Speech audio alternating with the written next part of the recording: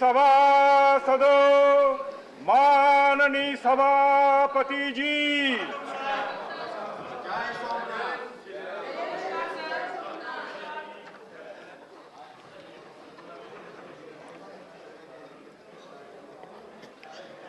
reports of the department-related Parliamentary Standing Committee on Health and Family Welfare, Shri Bhuvneshwar Kalita. Chairman, sir, I rise to lay on the table of our House the 137th report on vaccine development, distribution, management, and mitigation of pandemics COVID-19. 138th report on medical devices, regulation and control. 139th report on cancer care plan and management, prevention, diagnosis, research and affordability of cancer treatment.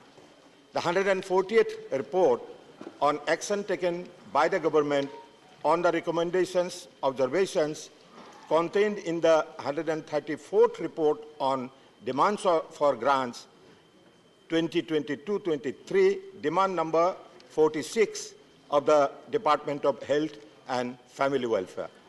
131st report on action taken by the government on the recommendations, observations contained in the 135th report on demands for grants 2022-23, demand number 47 of the Department of Health Research, Ministry of Health and Family Welfare, and 142nd report on action taken by the government on the recommendations, observations contained in the 136th report on demands for grants 2022-23, demand number 4 of the Ministry of Ayush.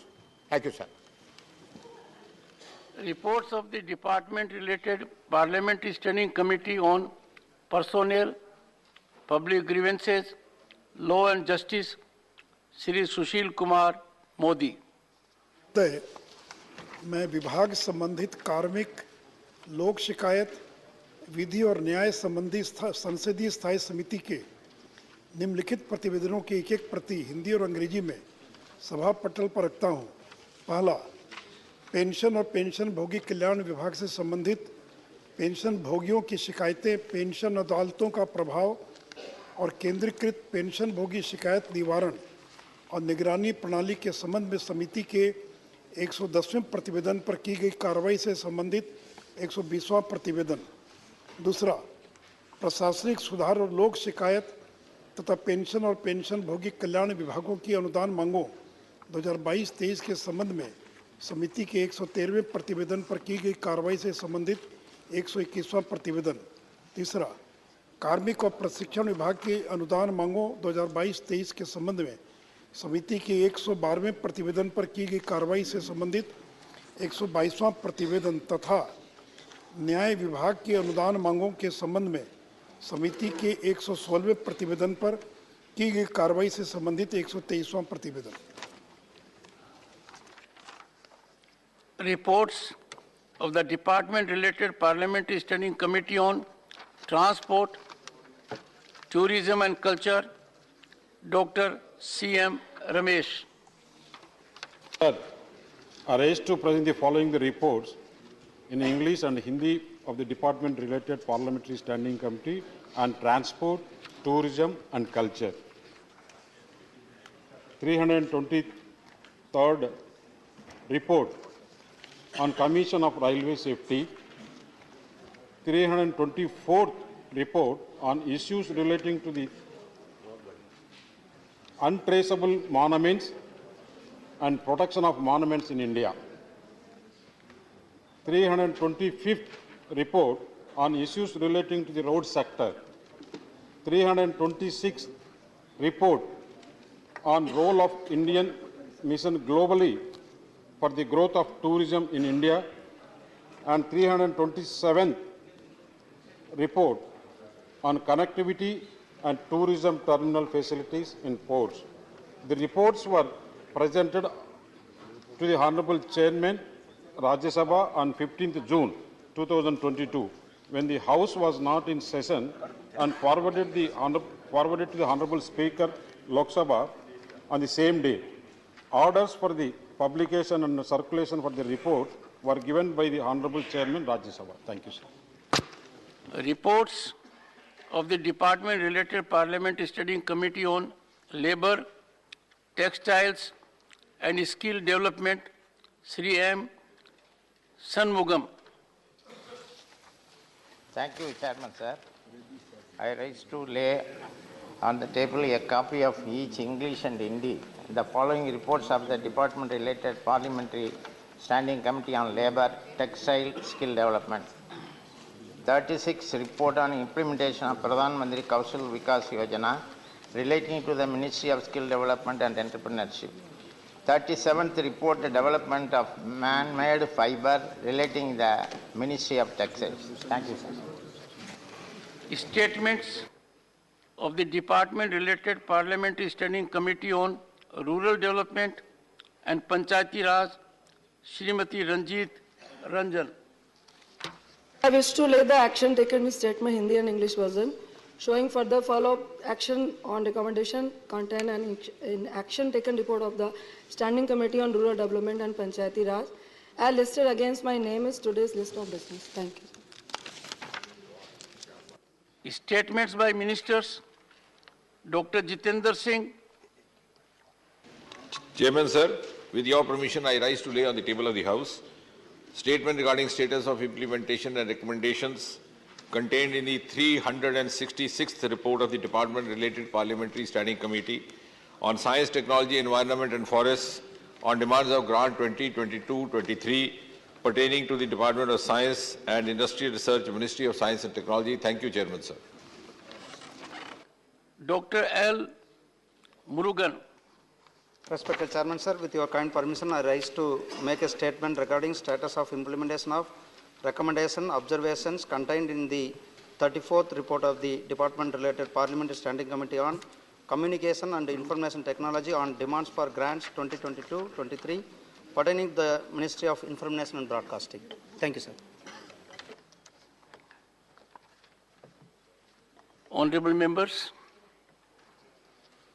notices have been received under Rule 267 by Sri Binoy Vishwam, Srimati Rajni Ashok Rao Patil, Srimati Priyanka Chaturvedi, Dr. Syed Nazir Hussain. I have carefully gone through the rule. I have gone through all the notices. I would invite attention of this House to the rule as such. The rule is carefully worded. The rule requires certain things to be indicated and duly spelled out. The rule does say it can be raised with the consent of the chairman. That part is complied for the reason it has been put to me. That any rule may be suspended. In not a single notice, there is a reflection as to which rule is sought to be suspended. Now, this House has to emanate a signal to everyone and other theatres. We must engage at least in minimum compliance. I must get assistance as to which rule the member wants to be suspended. Number two, the premise on which the rule is required to be suspended by the member. Further, honorable members, a rule which you have generated, the proviso says, provided further that this rule shall not apply. This is a mandate to me from you, where a specific provision already exists for suspension for a rule under a particular chapter of the rules. I would therefore call upon you that while inviting my attention to act in a particular manner as you deem expedient under Rule 267, please engage into full compliance with respect to the first part and also give exhaustively according to your own perception that there is no other rule where the issue can be raised by seeking separate suspension. Having examined the matter, I convey my decision. We need to put them in order, and that is the situation. I'll get it. One second. Mr. Derek Oberoi. Sir, thank you, sir. Thank you so much, and formally a very warm welcome to the Rajya Sabha. Derek, Chairman, Mr. Derek, belated warm. Yes, sir. Because an invite was extended to you on 2 occasions. Belated? Invited, extended. Belated. Oh, yeah, this could have been done, yes. Good. My colleague Shukhendu is far more qualified to welcome you because he knows he's had a long relationship. No, let me tell you, your Honorable Chief Minister was the first one to congratulate me. Right. So that's...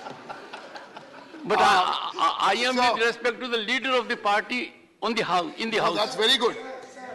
That could be for other reasons. Sir, the leader of the House need to know that issue between me and him are privileged. Between me and Derek. Good. Oberoi. Come on, Derek. This is a good start. I mean, leave the politics out. This is a good start. I mean, a sense of humor in this house will do all of us good. So in the spirit, that's the spirit, we can have a sense of humor. Sir, since you raised a specific question about the 267, and I was one of the members, there were 7 of us. I remember there were 7 parties. There was the Congress surely there, and 5 parties, DMK, Trinamool. This was the last time, sir, to bring to your attention, as a precedent, the rule 267 was in fact used or implemented. And at that time, sir, the notice, and I'm only here to share that notice, and we can discuss it in a decent way later. At that time was November 2016, just after demonetization. There were different notices. Make your point. Yes, sir. Yeah, by one point. There were different notices from members, and all that the notice said was please implement Rule 267 and take up a discussion on demonetization. That was it. That was the notice, and we had a discussion. That's all I had to say, sir. Nothing more. Thank you. I am grateful. One second. I am grateful to the honorable member. Trust your chairman. This issue which you have flagged was on my table 2 hours before. I am fully aware of it. The point I made was very simple. I will take a call, and that call is my domain. Even if I find an issue where certain things are not up to the mark, it may merit attention. But I would require minimum compliance.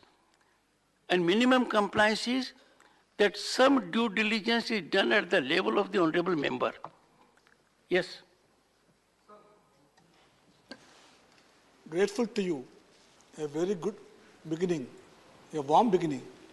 And I'm very sure that this will make a difference in the House. The first time the chair mentions about a 267 notice. The practice was just ignore it. Then we were forced to make our voice here. So I'm thankful to you once again. Sir, you regarding the rules suggested your opinion. We respect it. The notice was given to you for the suspension of the business of the House, not only one clause of the procedures. We are demanding you or asking you or requesting you that the remaining agenda of the House today can be suspended for the time being and then take up the issue of urgent importance. This is our point. Sir, thank you so much. Thank you so much for giving me a chance to speak, but this is an important issue, and again, our request is not to break any kind of protocols, because this is a protocol we were made to believe is that we need to follow if we have to raise an important issue. So my request would be, sir, and that is why I sent you this particular notice, that the border issue between Karnataka and Maharashtra is an important issue and needs to be discussed at the national level. So like I said, we are a council of states, we represent our states, Honorable member, let me indicate, let us be transparent. Absolutely, sir. there is an issue. Yes. And the issue is with respect to the requirements of invoking Rule 267. Yes, sir. Now, if an honorable member rises, as you have risen, and seek to make an issue which is tangential, that will be inappropriate. No, if you have anything to say with respect to what I have indicated as regards the rigors of compliance, most welcome. Otherwise, come out with a formalized request. It will receive consideration and there will be structured discussion. Right. Thank you. So just a correction, Selected it's not conjecture, sir, it is an festering issue. And on that, Sri Ilamram Karim. I am raising a burning issue related with the EPFO pension scheme. EPFO is still globally the largest social security organization, but the coverage of it is mostly limited to organized sector industrial workers only. That may constitute below 10% of the total workforce. The unorganized sector and informal sector workers are the major portion in our workforce. They are deprived in many cases. The demand for higher pension was raising by working workers, trade unions and pensioners organizations since several years. Recently, some high courts intervened and a particular verdict came from Kerala High Court to amend the existing rules and give higher and permit to higher option. The case was appealed by government and EPFO, and on November 4th, Honorable Supreme Court gave a verdict and said the amendments to the same, the amendment of 2014 shall apply to all employees, and Supreme Court also allowed another opportunity to EPFO members who have availed of the employees pension scheme to opt higher annuity over the next 4 months. Employees who were existing EPS members, those who are contributing 8.33% of their actual salaries, as against 8.33% of the pensionable salary, capped to Rs 15,000 every month towards the pension. Sir, after the Supreme Court verdict, Union government or EPFO has not given a clear order on this. Because of that, Supreme Court verdict is not came to force. Still the pensioners are walking behind this Supreme Court order.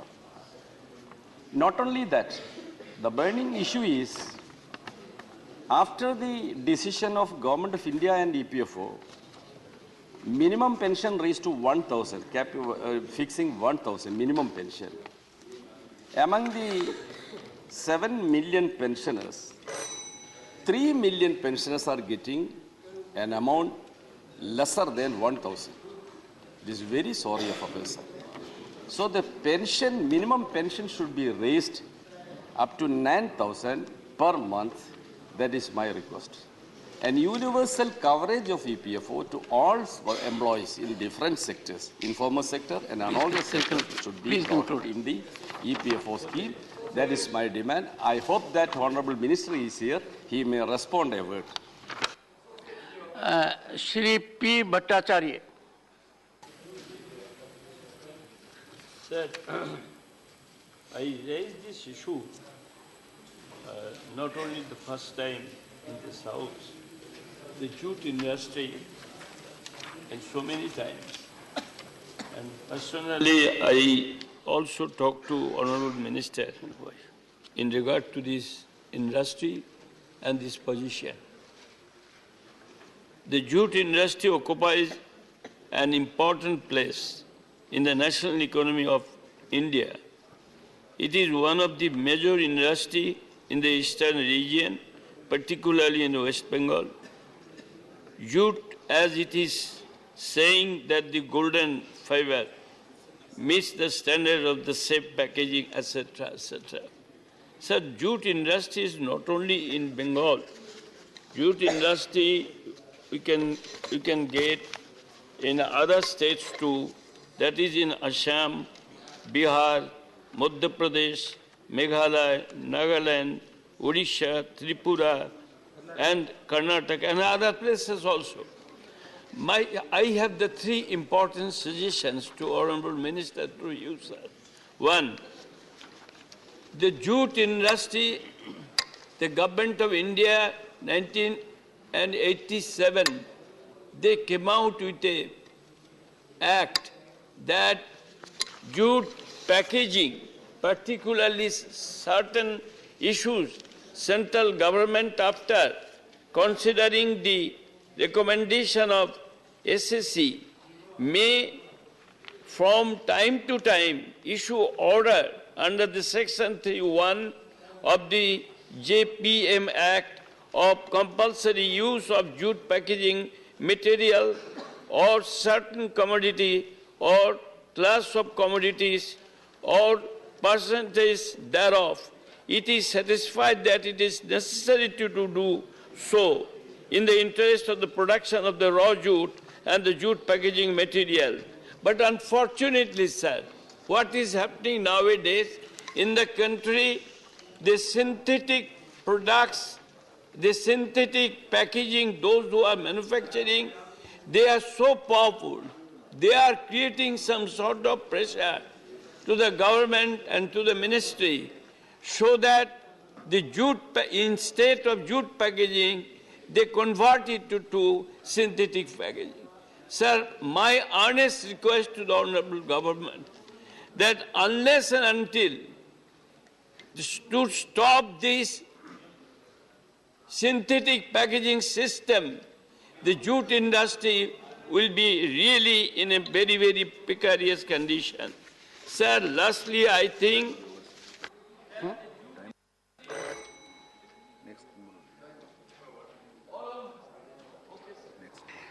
honorable members, I have seen some hands being raised a while ago. Those of you who wish to associate with a particular member who has made reflection may send details to the table office. Shri KRN Rajesh Kumar.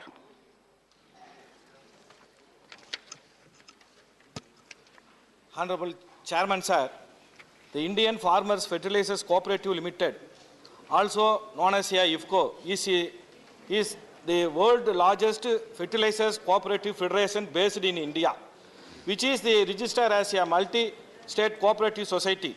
IFCO has 40,000 member cooperatives and is wholly owned by the cooperative societies of India. It is engaged in the business of manufacturing and marketing of the fertilizers. Though it is a cooperative manufacturing company, IFCO primarily focuses on fertilizers production in both dry and fluid forms. Nowadays, the IFCO manufacturing the nano urea also of the fertilizers of agriculture need. In the fact, IFCO mission is to enable Indian farmers to prosper through timely supply of the high quality fertilizers and services. Sir, earlier the IFCO was functioning under the administrative control of Ministry of Chemical and Fertilizers. Technically, IFCO should be functioning under the C&F Ministry due to it is a technical nature. That was the suitable ministry.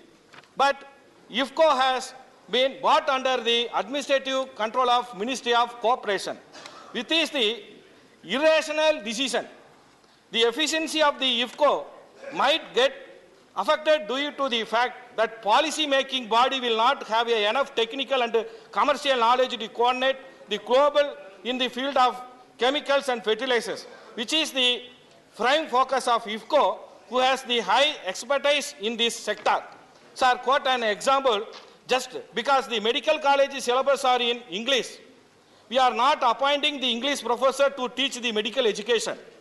Or the law ministry is connecting all the bills for the ministry. Just because of this, all the department cannot brought under the law ministry. Therefore, I request the Honorable Minister, through this August House, the reallocate the fertilizers manufacturing company, IFCO, to the respective chemical and fertilizers ministry rationally. The consideration and basis of the future of the Indian farmers. Sir, in Ukraine issues, the C&F ministry is coordinate the demand of the fertilizers. Thank you, sir. Srimati J.B. Mathur Hisam. I'm deeply obliged by the opportunity. Thank you very much. So the fishermen community in Kerala is a fundamental part of the society, and they belong to the most backward community, but they serve the society in terms of both professional and social service. They are the ones who helped the entire thousands of people when the state of Kerala faced disastrous floods. And many of them work in gruesome conditions throughout and to feed their families. So many of them who go by spending 10,000 rupees a day on kerosene do not even come back they come back without zero catch. So now we have reached a point where the same community fishermen have not gone to sea for past many months because they have been agitating for 140 days for their survival. So their demands have been very genuine. They have not been asking for extensive things. Their demand was to implement a 475 crore package which was promised to them as part of Viഴിഞ്ഞം container port construction. So now their demand, all they ask for is that an increased rent be given, because more than 400 families, fishermen families, are forced to live in cement warehouses, where their families are forced to live in places where with adolescent girls and newborn babies in very inhuman conditions, and which are very, very unsafe and which is very, very brutal. So all they ask for is to do a comprehensive study on the sea erosion, and all they ask for is to include their member in the expert committee. And these are the basic things they ask for, but despite this being very, very basic requirements, these demands were not met, and so they had to agitate for 140 days. Despite this being for public good, the Chief Minister took 140 days to even hear their pain, to initiate a conversation, and also to discuss these legitimate demands. Although the Home Ministry is the Chief Minister had turned a blind eye earlier, the Home Ministry, which is under the Chief Minister, had all the time to register 2,000 cases against these poor fishermen, sir. So in all these conditions, the bishops, the priests who were supporting these poor fishermen have all been tortured in all this. That being so, let me get to the point, sir. Let me get to the point. The point is, when there is a package being declared, that should be implemented in a time-bound manner, which is not being done. Now, the fishermen have called off their strike day before yesterday, but that is not because their demands are met, not because their demands are met, but because they are forced to, because loss of livelihood. So my request is... Thank you, Honorable Member. Thank you. Siri. Okay. 30 seconds. Sir, conclusion. Sir, conclusion. Allow me to complete, sir. Allow me to complete, please. Sir, complete, sir. The central government should intervene and provide and support the state government to implement the package and to ensure the rehabilitation of these fishermen are done, and to ensure the natural resources are protected, and also maintain developmental goals. Thank you very much. Honorable members, I have a special weakness for this gender. We need to promote, but I expect very high standards also. Let us not claim indulgence where it is not due. Sri S. Selvagan Bathi.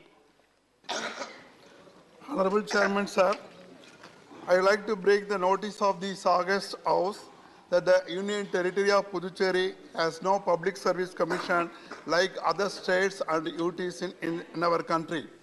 Public Service Commission, as like in other states, is to ensure the recruitment to various posts in Group A and Group B categories in government services will benefit the locals.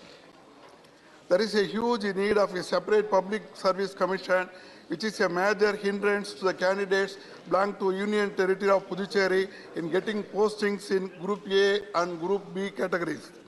Presently, Group A and Group B vacancies, such as medical officers, specialists in Department of Health, professors in the Department of Higher and Technical Education, Agriculture and Veterinary College, even vice principal in government higher secondary schools are filled only through the Union Public Service Commission. Since the process of recruitment of candidates has been entrusted to the UPSC, the selection of candidate is done on all India basis. Since the recruitment test is conducted at the national level, Puducherry youth has less employment opportunities. They have to compete at all India level for a job in their own hometown, and only a few have been able to make it. Many persons from other states who get posted to Puducherry, they are very much reluctant to work in Puducherry, especially they are posted in outlying regions of Karaikal, Mage and Enam. Often they resign or leave their post and leave their hometown. This leads to large number of vacancies in different departments.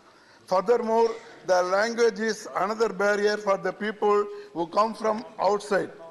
Especially in schools, the vice principal is recruited by UPSC and they are not conversant in the local language, that is in Tamil.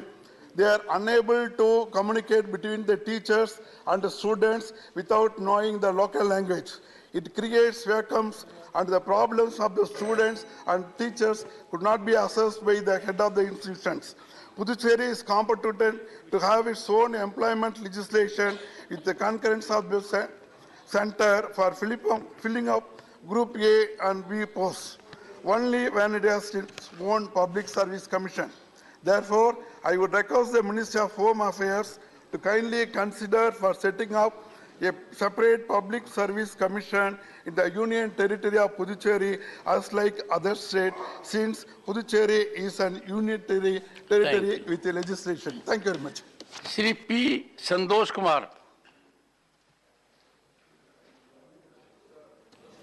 I would like to draw the attention of this August House to the problems of gig workers in this country. According to the reports of Niti Aayog, we have at least 8 million gig workers, mainly food online workers in this country. So in many parts of this country, especially in Cochin, Bangalore, Ahmedabad, gig workers are on strike. And the demands are very genuine, and I urge the government's intervention through you to protect the basic labor and human interests of these gig workers. For example, they're getting just 5 rupees for a delivery. And with these 5 rupees, they have to pay the fuel charges also. So we don't have any laws to protect the genuine interests of these gig workers. And moreover, no ESI, no PF, nothing related to the social security is there. So there is an urgent need of government's intervention. And according to the government, Niti Aayog, there is a chance of the enhancement of this number. This number may expand to 24 million within 4 or 5 years. So at least the government should take necessary steps to convene the so-called country heads of these online platforms, and there must be an initiative to protect their interests. This is sort of. Shri Jawar Sarkar. Sir, thank you for the opportunity. I wish to draw the special attention of the House to the dire necessity of increasing the rates of reimbursement of treatment, medical tests, equipments, etc. under the central government health scheme.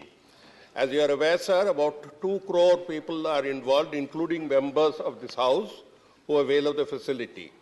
Unfortunately, these rates were fixed about 10 years ago, 8 or 10 years ago, and I'll just give a small example. The scale of payment fixed for CGHS are totally unsatisfactory and below market rates. For example, an RCT or root canal treatment of the tooth that costs 8,000 rupees in the market is reimbursed for rupees 500 only. That's all. Somnographic test for sleep apnea is fixed by clinics all over India, 10,000 to 12,000. The reimbursement given to CGHS is 638 rupees. This is not only irrational, so this is totally unjust. It's a due of the members of this house. It's a due of about 2 crore government employees and pensioners. Lumbar puncture costs 8,000 to 10,000. CGHS gives 600 rupees. I can go on giving more examples, but the fact that I wish to raise to this house is that this gross injustice needs to be contested, and a resolution to prevail upon the health and finance ministries to revisit these rates, to make it somewhere logical. Somewhere logical. They are quite a joke now. With these words, I thank you, sir. Shri M. Shanmugam. Thank you, Chairman, sir. I want to raise the issue of the 67 lakhs employees provident pension scheme pensioners issue, sir. Their main demand is enhancement of minimum pension rupees 9,000 on the basis of recommendation of the Hoshiari Committee. Number 2, payment of dearness allowance along with the pension neutralize the price index. Number 3, release the higher pension on actual salary as per the orders of the Honorable Apex Court on 4/10/2016 and 1/4/2019. Free medical treatment to all EPS 95 pensioners and their demands.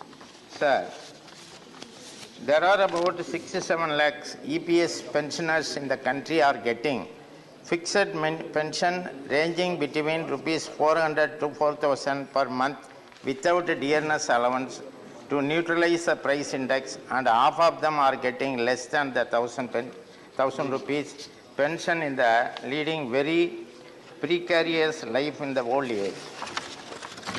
Union government has enhanced minimum pension rupees 9,000 plus DA, TA for the retirees since 2016, whereas the EPS pensioners who have equal contribution sacrifice the growth of the development of the nation have been treated unequally, and rupees 1,000 fixed minimum monthly pension has been given to them with effect from 1/9/2014 without any enhancement yet. In the year 2013, Petition Committee of Rajya Sabha headed by Sri Bhagat Singh Gocharia in the report have recommended the payment of rupees 3,000 minimum pension, EPS 95 pension plus DATA neutralize the price index. But the said report is yet to be implemented by the Union Government of India for enhancement of the pension even after the lapse of 8 years. It is also pertinent to mention that as of now, there is a concluded judgment for payment of higher pension and actual salary in the light of the direction of the Honorable Apex Court. Sir, regarding this pension, the contribution for the pension is 8.33% from the employee's salary. Only 1.16 only the government have to share for this. For that, it is very pitiable that government has to come forward and give the pension.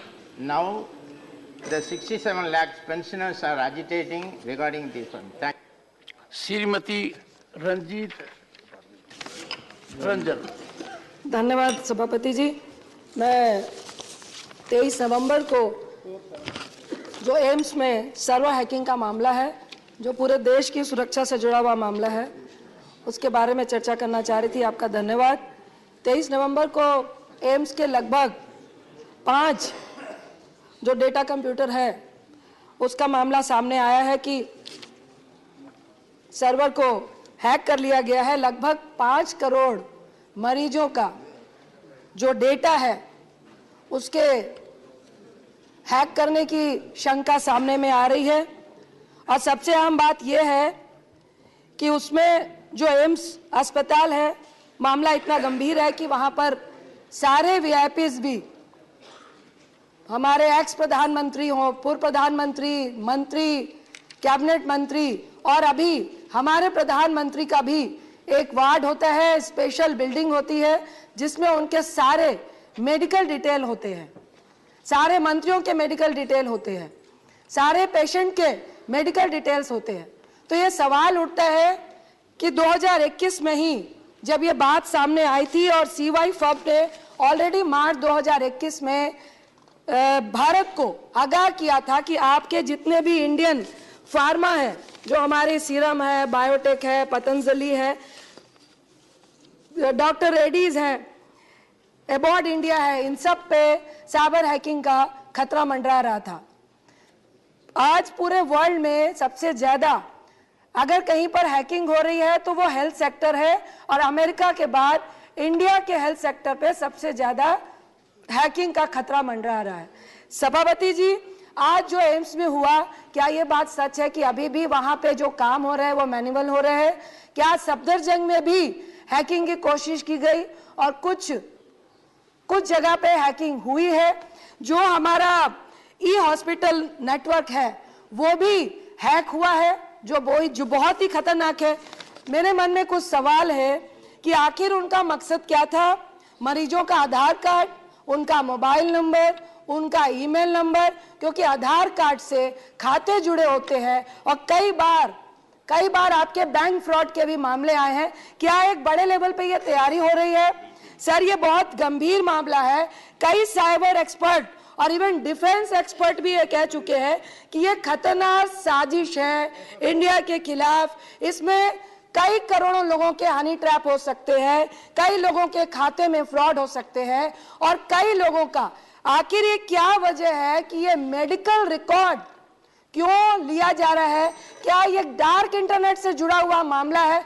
Sir, मैं चाहूंगी, इस पे बहुत गंभीर मामला है, सरकार इस पे प्लीज आज नहीं तो कल इस पे जवाब दे। Honorable members, on my own behalf and on behalf of the honorable members of the House, I have great pleasure in welcoming His Excellency Advocate Jacob Mudinda, Speaker of the Parliament of Republic of Zimbabwe.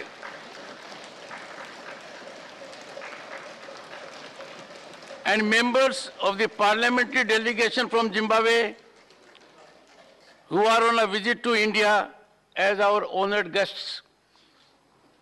The parliamentary delegation from Zimbabwe arrived in India on Monday, 5th December 2022, and are now seated in the special box.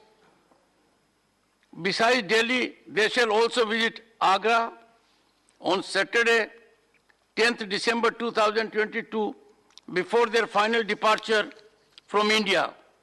We wish them happy and fruitful stay in our country. Through them, we convey our greetings and best wishes to the members of the Parliament, the government, and the friendly people of the Republic of Zimbabwe.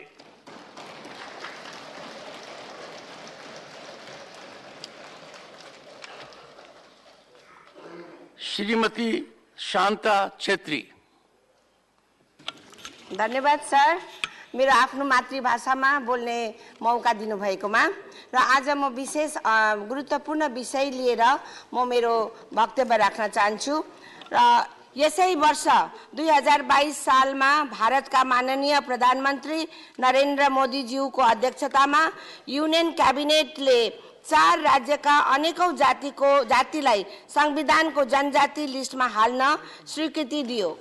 Sir, फेरि पनि भारतीय गोर्खा बाहेक धेरै जातिलाई जनजातिको लिस्टमा राखिने कार्य हुँदैछ। Sir, Bharat देशमा भारतीय गोर्खा मात्र होला जसलाई भारतका माननीय प्रधानमन्त्री अनि गृहमन्त्री स्वयंले छुटेको गोर्खाहरूलाई जनजाति बनाउनमा ठोस पहल गर्ने बाचा गर्नुभएको थियो। र सर, तपाईको माध्यमबाट म के भन्न चाहन्छु भन्दाखेरि केन्द्र सरकारले जनजातिको निम्ति तीन पल्ट कमिटी त बनाए, तर यी भारतीय गोर्खाहरूलाई आँखा छल्ने काम मात्र प्राप्त केही भएन। र जब पनि जनजातिको प्रश्न सोधिन्छ, आरजीआईबाट राज्यबाट दस्तावेज आउनुपर्छ भन्छ, तब तीनवटा कमिटी त्यस समय किन गठन गरियो? मेरो प्रश्न छ। र भारतको केन्द्रका ट्राइबल मिनिस्टरले पठाएको पत्र संख्या 16-017/11/2022 CLM दिनांक 3/6/2022 मा उल्लेख गरिएको छ कि राज्यबाट पठाएको रिपोर्टलाई आरजीआईले मानिलिएन। र यसकारणले म भन्न चाहन्छु, आरजीआईले अहिलेसम्म यी 11 जात गोष्ठीलाई जनजाति बनाउन हेतु के कस्तो दस्तावेज संकलन गरेको छ, तथा राज्यहरूले पठाएको दस्तावेजलाई पनि सदनमा पेश गरायोस्, जसले गर्दा केन्द्र सरकारलाई यी जातिलाई जनजाति घोषित गर्न सहयोग मिल्नेछ। म आशा राख्छु चाँडै भन्दा पनि चाँडै यस विषयलाई तपाईहरुले ध्यान आकर्षण गरेर अनि यसको निर्णय लिनुहुन्छ भन्ने म आशा राख्दै मेरो वक्तव्य शेष गर्न चाहन्छु। धन्यवाद। श्री वीरेंद्र प्रसाद बेसे।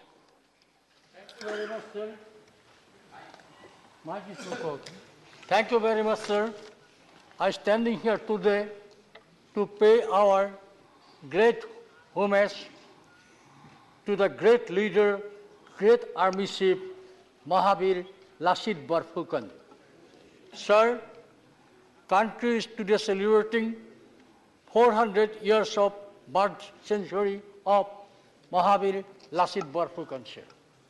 I am going to speaking about the 17th century of our country, sir. Army chief of Ahom Kingdom, sir. In the 17th century, sir, under the leadership of Ram Singh, great soldier, great Senapati, under the leadership of Ram Singh, Aurangzeb sent a huge army force to capture Assam, to capture Guwahati. But under the leadership of Mahavir Lasit Borphukan, Mughal failed to capture Guwahati, and under the leadership of Mahavir Lasit Borphukan, Assamese people, Assam, Ahom Kingdom defeated Mughal, sir. Sir, Indian history, not only for Mughal, India history equally for Shivaji, equally Rana Pratap, and equally Lasit Borphukan, sir.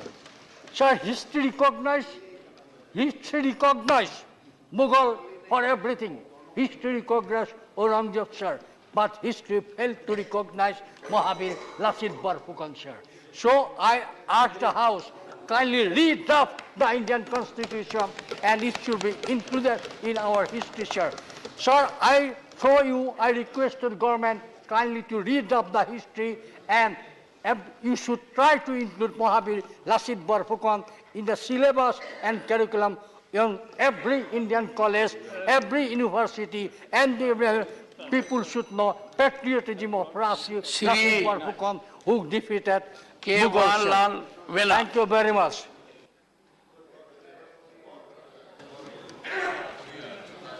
Thank you, Honorable Chairman. Today, I would like to mention the problem faced by some farmers in the northeastern state. I hope you may be aware that areca plantation is one of the biggest occupations of the northeastern state since many years ago.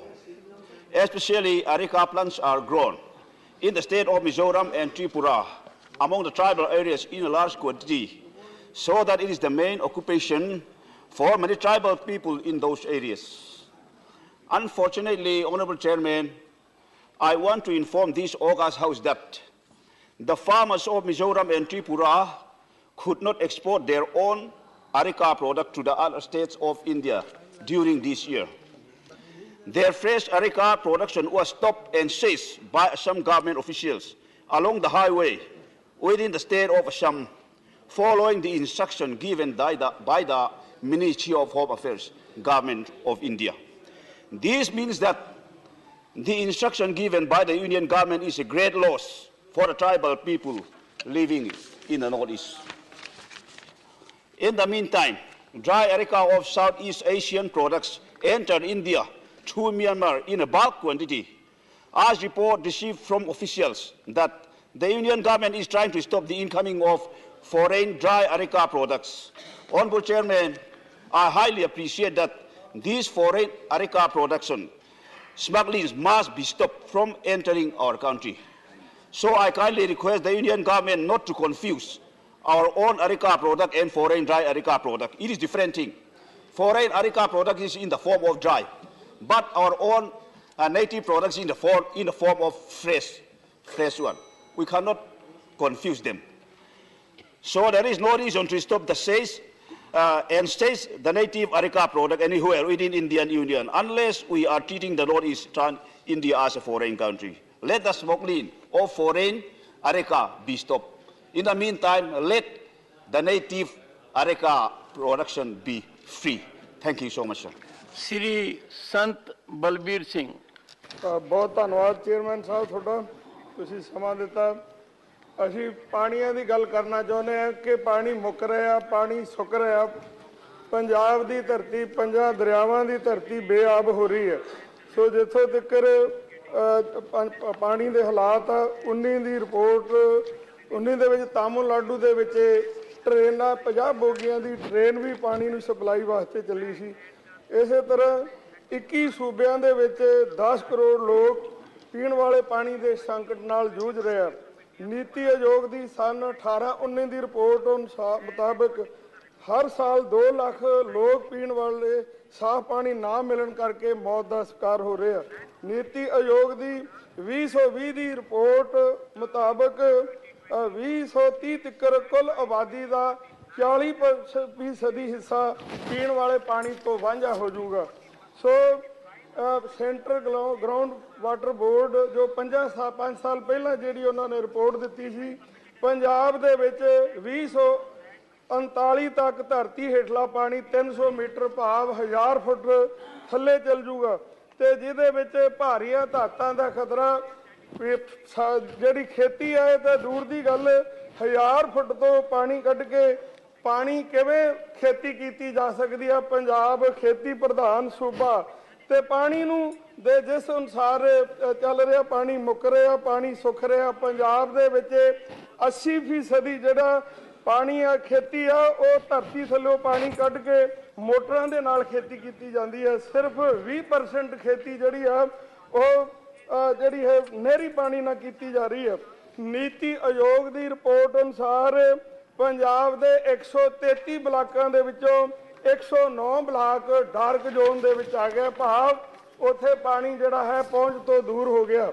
ਸੋ ਅਸੀਂ ਆਪ ਜੀ ਦਾ ਧਿਆਨ ਵਿੱਚ ਲਿਆਉਣਾ ਚਾਹੁੰਦੇ ਹਾਂ ਕਿ ਸਾਡੇ ਵੱਡੇ ਵਡੇਰਿਆਂ ਨੇ ਪਾਣੀ ਦੇ ਭੰਡਾਰ ਸੰਭਾਲ ਕੇ ਰੱਖੇ ਅੱਜ ਪਾਣੀ ਮੁੱਕ ਰਿਹਾ ਗੁਰੂ ਨਾਨਕ ਪਾਤਸ਼ਾਹ ਨੇ ਆਪਣੀ ਬਾਣੀ ਦੇ ਵਿੱਚ ਪਵਨ ਗੁਰੂ ਪਾਣੀ ਪਿਤਾ ਮਾਤਾ ਧਰਤ ਮਹੱਤ ਪਹਿਲਾ ਪਾਣੀ ਜੀਓ ਹੈ ਜਿਤ ਹਰਿਆ ਸਭ ਕੋਏ ਜੀਵਨ ਦਾ ਆਧਾਰ ਜੇਕਰ ਪਾਣੀ ਨਾ ਬਚਿਆ ਤੇ ਫਿਰ ਵੇਖੋ ਪੰਜਾਬ ਨੇ ਪੂਰੇ ਭਾਰਤ ਦਾ ਅਨਾਜ ਦਾ ਢਿੱਡ ਭਰਿਆ ਅੱਜ ਪਾਣੀ ਮੁੱਕ ਰਿਹਾ ਪਾਣੀ ਸੁੱਕ ਰਿਹਾ ਅਸੀਂ ਬੇਨਤੀ ਕਰਾਂਗੇ ਕਿ ਪਾਣੀਆਂ ਨੂੰ ਬਚਾਉਣ ਵਾਸਤੇ ਉੱਥੇ ਪੰਜਾਬ ਸਰਕਾਰ ਦੀ ਕਿਸਾਨਾਂ ਦੀ ਮਦਦ ਕੀਤੀ ਜਾਵੇ ਤਾਂ ਕਿ ਜਿਹੜੀ ਹੈਗੀ ਆ ਪੰਜਾਬ ਹੱਸਦਾ ਵਸਦਾ ਰਹਿ ਸਕੇ ਥੈਂਕ ਯੂ ਧੰਨਵਾਦ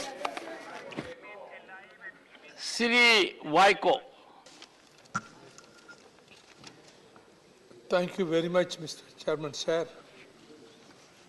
I would like to draw the attention of the House to you to a serious problem faced by the fishermen of Tamil Nadu. Apart from the fishermen of Sri Lanka, what they are facing there here from Tamil Nadu for the past 45 years, more than 800 fishermen have been killed by the Sri Lankan Navy. Repeatedly they came. It is continuously attacking our Tamil fishermen. So many were dead and thousands of fishermen were brutally attacked and their boats and fishing trawlers were damaged and fishing nets destroyed. They have not given any compensation to the next of kin of fishermen who were shot dead. Recently, they have started capturing the boats and put them into action. Unfortunately, it has become a serious story, and demonstrations and agitations are going continuously, peacefully by the Tamil Nadu fishermen. There have been several incidents of Sri Lankan Navy personnel even firing at Indian fishermen in the Pak Strait and seizing their boats, damaging their boats and high-handedness by the Sri Lankan forces. In the months of October and November 2022 also, Sri Lankan Navy continued its acts of infringement upon the traditional rights of our fishermen in the Pak Strait, which is a challenge to the Union of India. Recently, 14 fishermen were arrested by the Sri Lankan Navy. The frequent arrests and seizure of boats has shattered the livelihood of many fishermen. I would urge upon the Union government to take urgent steps to secure the early release of all the fishermen and their boats unconditionally. The government should also put diplomatic pressure on the Sri Lankan government for giving compensation and solace to the next of kin who were shot dead and damaged, boats damaged by the Sri Lankan Navy. They should hold a high-level talk to find a permanent solution to this non-stop harassment by the Sri Lankan Navy. Thank you very much, sir. I already indicated that those of the members who seek to associate may send information to the table office. Srimati Seema Dwivedi. माननीय सभापति महोदय, आपने बोलने का अवसर दिया, इसके लिए आपको बहुत बहुत धन्यवाद। माननीय अध्यक्ष जी, एक ऐसे विषय पर मैं आपका ध्यान आकृष्ट करना चाहती हूँ। गोरखपुर से प्रयागराज जोड़ने के लिए एकमात्र रास्ता है और उस रास्ते पर मुगराबाद शाहपुर एक रेलवे स्टेशन है, उसके बगल से बाईपास बनने की बहुत आवश्यकता है। महोदय, मैं आपको बताना चाहती हूँ कि प्रयागराज में लोग महाकुंभ का मेला भी लगता है और महोदय उच्च न्यायालय भी है, मेडिकल कॉलेज भी है, यूनिवर्सिटी भी है। तमाम लोग दवाइयों के लिए, पढ़ाइयों के लिए और गंगा जी में स्नान करने के लिए तमाम लोग जाते रहते हैं। लेकिन महोदय इतना भयंकर वहाँ पर जाम लगता है, कम से कम 1.5 घंटे जाम लगने के कारण मुगराबाद शाहपुर हमारी नगर पालिका भी है और बहुत सारे वहाँ पर व्यापारी हैं, जिसको देखते हुए महोदय बहुत ही कष्ट का अनुभव करना पड़ता है। मैं इस विषय को कई बार सदन में उठा चुकी हूँ, लेकिन पता नहीं क्या कारण है कि ये बाईपास नहीं बन पा रहा है। मेरा आपसे अनुरोध है कि प्रत्येक दशा में अगली बार जब हमारा सत्र आए तो हम ये कह सकें कि वहाँ पर हमारा काम प्रारंभ हो गया है। ये माननीय बहुत ही जनहित का मामला है और बहुत सैकड़े लोगों का वहाँ पर आना जाना रहता है। अभी कुंभ का मेला लगेगा, लोग कहाँ कहाँ से पतित पावनी गंगा में जाएंगे स्नान करने के लिए। मुझे मैं आपसे अनुरोध करती हूँ कि सरकार का ध्यान इस पर आकृष्ट करके प्रत्येक दशा पर वहाँ पर बाईपास का काम प्रारंभ हो जाए। आपने महोदय मुझे बोलने का अवसर दिया, आपको बहुत बहुत धन्यवाद। Doctor Shantanu Sen.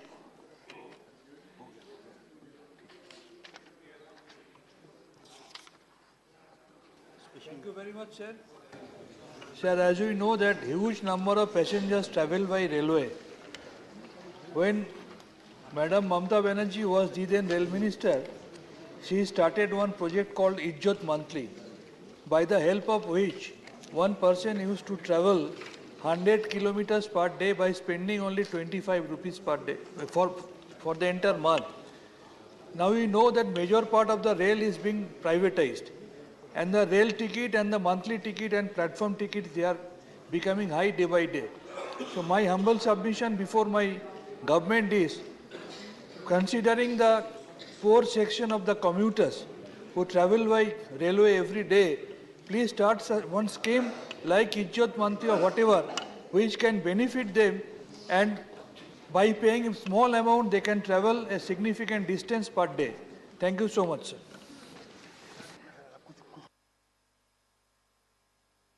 Honorable members, our question hour is very important. Question hour gives an opportunity to enforce accountability. And it is most productive where more questions are traversed. And that happens when there is pointed response and pointed supplementaries. I'm sure we'll bear that in mind. Question hour Question number 16, Shri A. Rahim.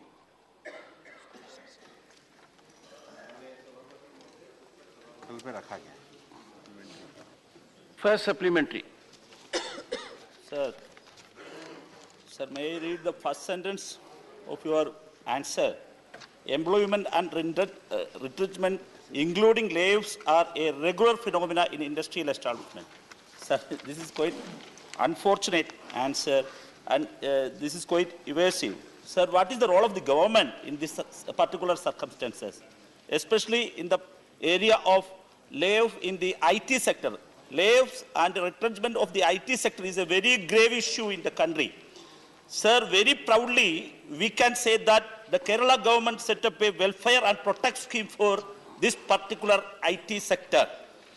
My question is that, does the ministry have details of which states have such funds, such schemes? And does the union government intend to set up such a scheme for welfare for the IT employees? Honorable Minister. माननीय सभापति महोदय, जहाँ तक lay off का विषय है, industrial dispute act के section 2KKK में ले ऑफ की परिभाषा और तरीका दिया गया है, और जहाँ तक इसके संबंध में कार्रवाई करने का प्रश्न है, जो राज्य कॉम्पिटेंट अथॉरिटी है वो इसके संबंध में कार्रवाई करने के अधिकारी हैं। जो भी आईटी फर्म्स जिन राज्यों में है वहाँ का जो कॉम्पिटेंट अथॉरिटी है वो ले ऑफ पे कार्रवाई करती है, और यही मैंने अपने उत्तर में दिया। Second supplementary. Sir, again, unfortunately, sorry to say that, sir, one line, may I read this, the very operational part of this answer. As per the ID Act, establishments employing 100 persons or more are required to seek prior permission of the appropriate government. You mentioned this act here, your answer. Sir, this is the problem is that it has been said that the IT companies do a workaround methodology to avoid this legal issue of mass layoffs by forcing IT employees to resign voluntarily. Sir, this is the issue. Sir, this is the issue. Is this culture under the notice of the government of Union of India? If yes, what are the methods adopted to regulate this culture? Honorable Minister. माननीय सदस्य ने जो प्रश्न पूछा है, एक शिकायत nascent information technology employees senate की तरफ से 19/11/2022 को मंत्रालय को प्राप्त हुई थी, और मंत्रालय ने भी बेंगलोर के field officer chief labour commissioner के माध्यम से जो संबंधित कंपनी है उनको नोटिस भेजा था। नोटिस भेजने के बाद कंप्लेनेंट स्वयं नहीं आए, लेकिन कंपनी के लोग वहाँ पर उपस्थित हुए थे, और उन्होंने अपने जवाब में ये बताया कि उन्होंने वॉलंटरी सेपरेशन प्रोग्राम जो है वो शुरू किया था, जो किसी भी प्रकार से फोर्सफुल नहीं था। वो कर्मचारियों को स्वेच्छा से वो अपना स्वेच्छा से अगर वो छोड़ना चाहे तो वही प्रोग्राम था, और वो भी केवल 30/11/2022 तक था। मामले का पूरा संज्ञान लिया गया है, किसी भी प्रकार से कोई फोर्सफुल ले ऑफ नहीं था। Dola Sen. Thank you, Chairman, sir, for giving me the permission. My supplementary question ये है कि हम आपके माध्यम से मिनिस्टर साहब से जानना चाहते हैं कि जो सेंट्रल गवर्नमेंट कंसर्न में डिसइन्वेस्टमेंट कॉर्पोरेटाइजेशन हो रहा है, ordnance factory board, BSNL etcetera, उसकी वर्कर्स को जब जो UPSC एग्ज़ाम के बाद जॉब मिला उसको भी कंपल्शन होना पड़ रहा कि ट्रांसफ़र होने का और VRS लेने का, तो वो तो वर्चुअली रिट्रेंचमेंट और ले ऑफ की तरह ही हो रहा है। तो उसके बारे में कैसे, how the minister will justify that no retrenchment and layoff in the central government employees, and moreover work विषय जो में जो काम करते हैं वो वर्कर के लिए भी रिसेंट layoff के बारे में मिनिस्टर साहब क्या आप बताएंगे, और सरकार ये अदर कंट्री में जो एम्प्लॉय काम करते इसके ऊपर क्या साजिश लेंगे? Honourable minister. माननीय सभापति महोदय, इंडस्ट्रियल डिस्प्यूट एक्ट के सेक्शन 2KKK में ले ऑफ और 200 में रिट्रेचमेंट की पूरी परिभाषा तय की गई है। अगर कोई भी संस्थान में माननीय सदस्य के संबंध में कोई ऐसी सूचना है जो उनके पास है, और कहीं पर कानून का पालन नहीं करेंगे तो वो निश्चित रूप से हमारे संज्ञान में लाएंगे, तो कार्रवाई करेंगे। श्री एस सेल्वा गनाबी।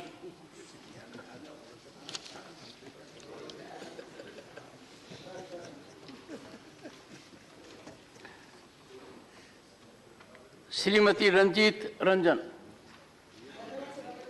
मैं आपके माध्यम से मंत्री साहब से पूछना चाहती हूँ कि क्या बहुराष्ट्रीय और भारतीय कंपनियों ने अपनी अपनी कंपनियों में बड़े पैमाने पर की जा रही श्रमिकों की छटनी करने के भारत में लागू जो विभिन्न कानून है, क्या उसका पालन किया है?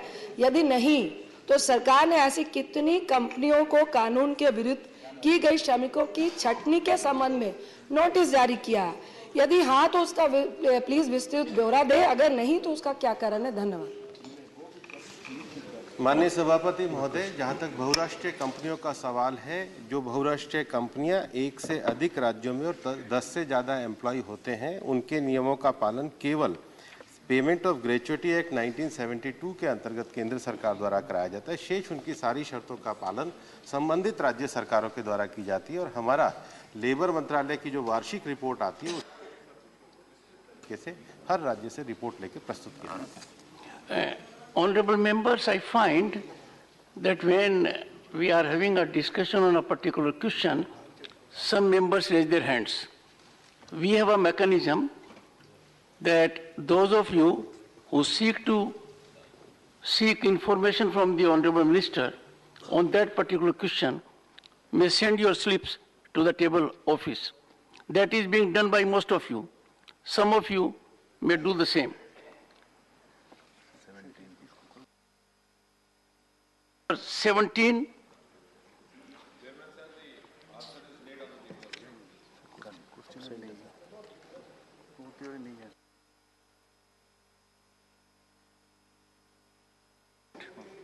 So what do we do? Honorable Minister. Chairman, sir. Shri Sasmit Patra. Minister has given a very detailed reply, and I thank him for that. It's specific to Odisha that I want to raise this question. Honorable Minister has mentioned that at the Paradip port of Odisha, the relative sea level change has been 1.03 millimeters per year for the duration of year 1966 to 2005. And the NDMA therefore has constructed a saline embankment in the state of Odisha to avoid the flooding and ingress of salinity. My specific question to the Honorable Minister would be to give details regarding the saline embankment in the state of Odisha. What is the length of it and how does it help protect the coast of Odisha from the ingress of salinity and avoid the flooding with respect to the relative sea level change? Thank you. Honorable Minister. Chairman, sir, since the question was in general not pertaining to Odisha, but I would not mind coming to that. But before that, I would just like to share with this august House that considering the issue of erosion, which the Honourable Member has very wisely raised and which is often not discussed either in public debates or even in the Parliament, the National Disaster Management Authority has recently taken 2 initiatives broadly, which apply to all the coastal states, including Odisha. That to formulate a national policy to address the present as well as the future related erosions through mitigation and rehabilitation. So that would also, to an extent, address the concern raised by the Honourable Member. And mitigation policy, which clearly defines the localized interventions required to reduce the erosion. And secondly, at the same time, they have also floated a fund, which is known as the National Disaster Mitigation Fund, under Section 47, bracket A of the Disaster Management Act of 2005. So this fund is exclusively meant for the purpose of mitigation in respect of disasters covered under the Disaster Management Act. So having said that, now as far as the erosions are concerned, in general, before that I would also mention over here that this is the government which has for the first time given due consideration to the ocean-related and coastal-related concerns. Only recently we had the world's largest coastal cleanup campaign because we have the longest coastal area, 7,500 kilometers. and we have an ocean which is named after the country called the Indian Ocean. So we had the 75-day campaign which began on 3rd July, culminated on the 17th of September on the International Coastal Cleanup Day. And this is also the first government which is now seeking to explore the ocean resources. I might reiterate in this House a very significant fact that the Honorable Prime Minister not once but twice from the ramparts of Red Fort in his Independence Day address has referred to what is now being described as the Deep Ocean Mission, which is being launched by the Ministry of Earth Sciences. He spoke about it in the Independence Day of 2021. He again reiterated in 2022 just to emphasize, because the future 25 years, the entire economy of India is going to be supplemented from these ocean resources, which are both living as well as non-living, the living being the fishery, etc., the non-living being the minerals, metals. So the huge property line. No, I'll come to that. I'm just, I'm educating you. I'm educating you before educating him. Now, coming specifically, though I could have, I hope Mr. Jairam will appreciate, I could have easily escaped out of this question, because it's not per se Odisha related. But I'm offering myself, so I hope you'll appreciate that, instead of, being sarcastic about it. Minister, so I will mention. One second. I would urge that keep in mind the chairman. Yes. If there is an issue between the Honorable Minister and the member, I am to be the platform. Yes, sir. And these are the days where electronic platforms are extremely effective and impactful. Yes. Let us believe in the human platform also. Yes, sir. So, Chairman, sir, though the question was not Odisha specific, but I am responding to that. Odisha has a coast of 550 kilometers long, and I am glad that compared to the honourable member who asked it, the others are more interested, even from down south. So 550 kilometers long is your coastal area, 26% erosion has occurred, 23% is stable, 51% is already in the process of being covered. The sea level rise was 1.03 millimeter in the last about 30 years, beginning from 1966 to 2005. Puri district has the erosion maximum of 15%, stable 70%, and it's being taken care of 78%. And all these other measures which are being taken in respect of other coastal areas are being taken here also. So I have exceeded my brief, Chairman, sir. Thank you. Mr. P. Wilson. Sir, both in Chennai as well as Karaikal, the Indian Meteorological Department is utilizing worn-out equipments, and even I would say it's outdated equipments, which is wrongly recording the weather conditions.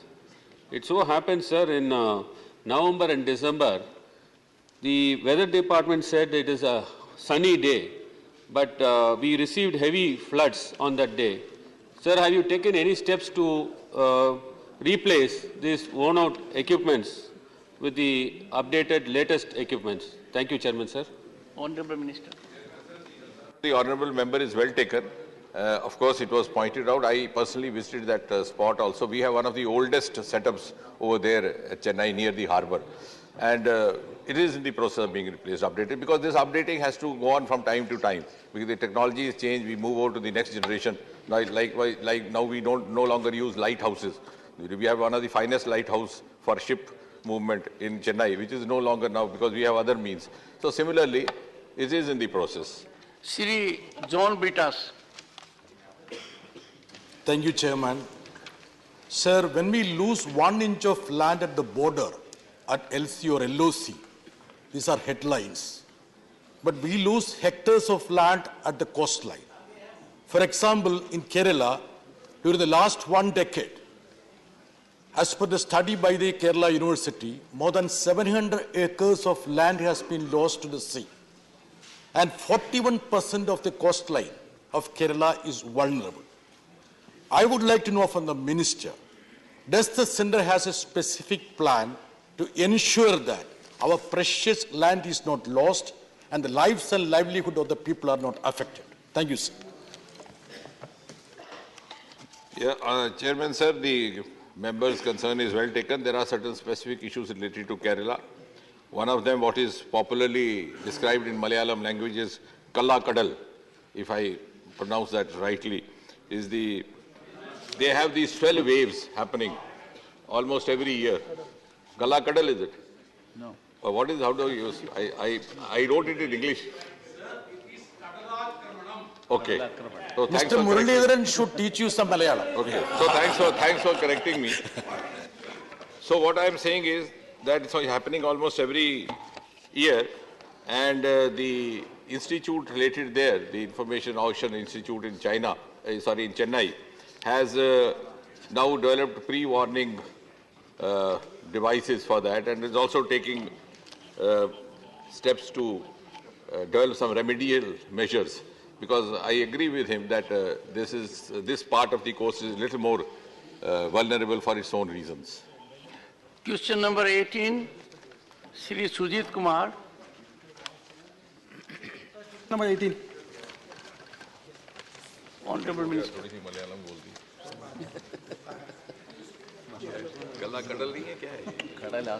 Statements laid on the table. Supplementary one. Sir, in our country we have something called the Antiquities and the Art Treasures Act of 1972, wherein there is a penalty of up to 3 years for anyone trying to export any antiquity or art treasure. Sir, in my view, this is pretty inadequate because these antiquities and treasures of ours are priceless. So, sir, will the government consider amending this act to increase the penalty provision and make it very stringent so that instead of 3 years, we can enhance it up to 10 years of penalty, which will deter the antisocial elements and the criminal elements who are stealing and exporting these antiquities of ours to other countries? Honorable Minister. Already being worked at, and we'll inform the member also. The work is in progress on this ground. We are already working on the amendments to this act. Second supplementary. As per the government reports, there are close to 4,400,000 heritage structures and ancient temples in our country, and 22,000 of these are in the state of Odisha. Now, sir, I would like to know from the Honorable Minister whether there is any proposal to formulate a national heritage protection policy, because we do not have any such policy as on date, and whether the government will consider creating a database to, sir, document all these ancient treasures of ours, and we can use modern technologies like blockchain to do so. Thank you very much, sir. Honorable Chairman, sir, this is under national mission for tabulating all these acts and artifacts is already a work in progress. The work is being undertaken, and that's how these antiquities have already been listed. And members, right, it is more than 3 lakh, close to 4 lakh pieces and above, which have been documented in particular state, and overall 8 lakhs and above. So far as data management and blockchain technology, etc. is concerned, that work is also being undertaken, and for other aspects as well, we are in touch with IIT Delhi, and that project is being worked at. Shri N.R. Ilango. Honorable Chairman, sir. Sir, the copper plates of Rajendra Chola, which mentions about the grant given to Buddhism by his father, Rajaraja Chola, those copper plates are now in Leiden Museum. They are now called as Leiden plates. Similarly, copper plates of the Pandya kings, which are called as Velvikudi plates, are in London Museum. Will the minister please to state what are the steps taken by this ministry to bring back those copper plates to India, and what is the progress on that? Thank you. Honorable Chairman, sir, we have been in touch through the MEA with these governments, and we are constantly working to retrieve them and bring them back. And that is again a constant process which our ministry is working at, and both ministries are coordinating, because as a policy post UNESCO convention, these have been acted upon, and post 2014, 229 artifacts have been brought back by the country. Earlier, before this period, from 47 till 2014, only 11 artifacts were brought back. So it's only a matter of record that this is how government's operating right now. Shri Rakesh Sinha. मैं मंत्री जी से जानना चाहता हूं कि दुनिया के 81 देशों में हमारे एंटीक्विटीज पड़े हुए हैं। क्या भारत सरकार को इस तरह का सर्वे कराएगी कि इनकी संख्या क्या है और किस किस समय ये एंटीक्विटीज गए हैं और इनमें से कितने को वापस लाने के लिए कोई संधि हो या हम दूसरे रास्ते से उसे अपने देश में वापस लाएं? धन्यवाद। ऑनरेबल चेयरमैन साहब, इसके ऊपर यूनेस्को की कन्वेंशन है और उसके कई आर्टिकल्स हैं। उन आर्टिकल्स के मुताबिक जिन भी देशों ने उस पर संधि पर हस्ताक्षर किए हैं वो ड्यूटी बाउंड है रिट्रीव करने के लिए, और लगातार भारत सरकार इस काम में जुटी हुई है। अगर ऐसा नहीं होता तो 2014 से अब तक 229 के आसपास जो आर्टिफैक्ट्स आए हैं, 223, वो सबसे अधिक 14 के बाद अब तक आए हैं और उससे पहले केवल 11 लौटे हैं। इसमें जो सबसे बड़ी दिक्कत है वो ये है कि ASI जो आर्कियोलॉजिकल सर्वे ऑफ इंडिया है, अगर वहाँ से कोई आर्टिफैक्ट जाता है तो उसकी FIR आदि होती है जिसका हमारे पास डॉक्यूमेंट डॉजियर होता है, लेकिन जब राज्य सरकारों के माध्यम से कुछ आर्टिफैक्ट जाते हैं उसका डॉजियर डॉक्यूमेंट FIR हम लोगों के पास नहीं होती, और जो प्रोसेस है उसकी CBI को इन्फॉर्म करने की, कस्टम एजेंसीज को इन्फॉर्म करने की, अन्य प्रोसेसेस, वो भी बहुत सीरियसली नहीं लिया गया। तो इस कारण से हम सफ़र कर रहे हैं, क्योंकि उसको प्रूव करना होता है, उसकी एविडेंस देनी होती है, उसकी डॉक्यूमेंटेशन होती है, और कई बार एंटीक्विटीज लिस्टेड एंटीक्विटीज भी नहीं है और उनकी चोरी भी कहीं लिस्टेड नहीं है। तो थोड़ी दिक्कतें आ रही हैं, लेकिन बावजूद उसके हम लोग इस पर कार्यरत हैं। श्री राधा मोहन दास अग्रवाल। महोदय, भारत के प्रथम राष्ट्रपति भारत रत्न राजेंद्र प्रसाद जी को 26 जनवरी 1950 को एक विशेष घड़ी प्रस्तुत की गई थी। देश में ऐसी सिर्फ 2 घड़ियां थीं, एक उन्हें दी गई और एक तत्कालीन प्रधानमंत्री को दी गई। वो घड़ी सदाकत आश्रम के म्यूज़ियम में रखी गई थी, वहाँ से वो घड़ी गायब हो गई। 2011 में जेनेवा की एक संस्था, नीलाम करने वाली संस्था स्टोथबाई ने उसको नीलाम करने का प्रयास किया।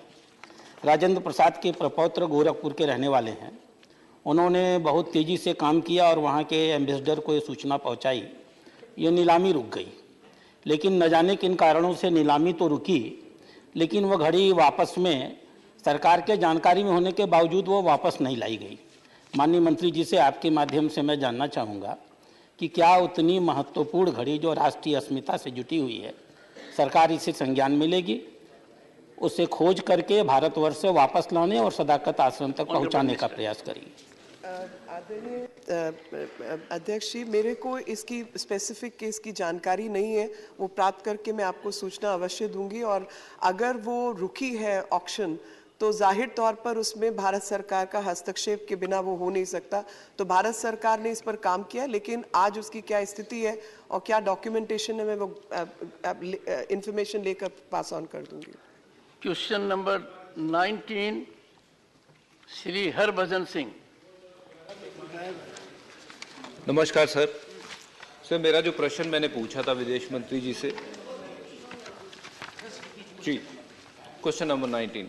Honorable Minister. Answer is laid on the table of the House. Supplementary 1.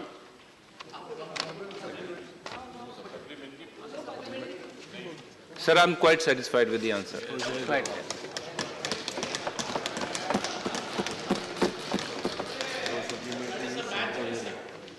Well, one of the ablest bowlers is satisfied with the batsman.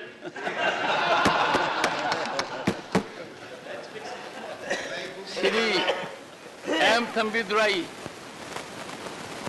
Thank you, Chairman, sir. Sir, you can be umpire. Because when batsman and bowler have settled the issue. Sir, the minister replied in that he stated that Immigration Act 1983, only those recruiting agents that are registered with the Ministry of External Affairs are permitted to recruit Indian citizens for overseas employment. And also he has said, it has been noticed that several travel agents with a license from state government are also conducting the business of manpower recruiting for overseas, which is illegal. Sir, when he said like that, we have come across so many problems in the country, especially in Tamil Nadu. Recently, we have seen some kind of problem recruited and taken to Thailand. then come to Burma and suffered a lot. And we requested central government at that time to help us to bring that labor from that side. Whether I want to know from the minister, sir, when there is the employment exchange, yes, officers are there, why can't you allow those agencies to recruit instead of private agencies, Honorable whether Minister. registering or not, whether... Honorable Minister. Commission, I would like to inform the honourable member that before I come to the specific issue of the those who have been taken to Thailand from Tamil Nadu as well as from other states, I would like to inform the House that we have a very large migrant population. We have a diaspora of 32 million. And during the last 8 years, the government has been making all efforts to see that and to facilitate the overseas, those who are desirous of taking up overseas employment. They are facilitated. The passport services have gone up by 500% during the last 8.5 years, from 110 officers to more than 500 officers, where the processing of passport services are being done. On the specific case of the issue of illegal recruiting agencies, sir, I would like to submit through you that even though the recruiting agencies have to be registered with the Ministry of External Affairs, any illegal recruiting agency or any agency who is involved in recruiting people, that comes under the law and order, which is under the domain of the state government. So, on behalf of the state, of the MEA, on the part of MEA, we inform the state governments to take due prosecutional efforts as activities, and during the last few years, we have such more than 2,000 cases which have been brought to the notice of the state governments. And I would also like to mention that the state governments should be more proactive in taking up the those cases to a logical end. Coming to the issue of the people who have been taken to Thailand, we are aware that 114 persons from Tamil Nadu were taken, but most of those cases were recruited through social media, not through any recruiting agency. But in spite of that, the government of India and through our embassy there, with the cooperation of the Thailand as well as Burmese authorities, we have been able to bring back more than 250 people who were taken illegally back to India. Srimati Fozia Khan. Thank you, sir. Sir, through you, I would like to ask the Honorable Minister that there's an Urdu daily called Siyasat. It has reported that about 4,000 Indians are languishing in the prisons of Gulf countries, with Saudi Arabia being the highest number, mostly because of the crimes committed under the kafala system. So, what measures can the government take to bring these people back, along with regulating the travel agencies to facilitate such emigration in the first place, sir?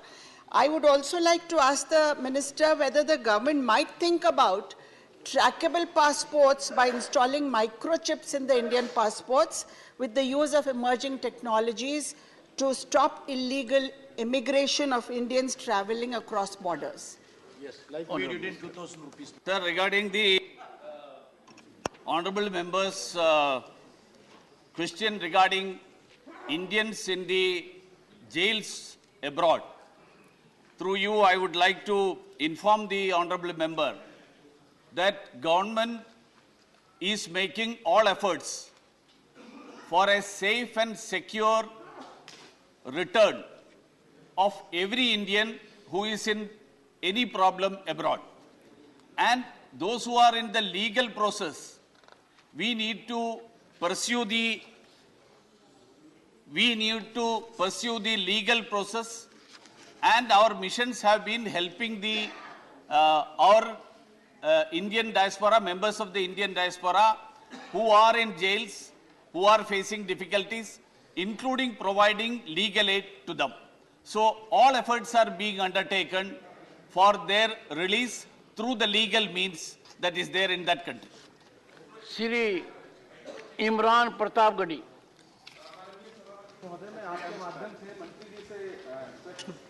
पूछना चाहता हूं कि USA की जो नई visa policy है उसमें भारतीयों के लिए 3 साल की लंबी वेटिंग रखी गई है।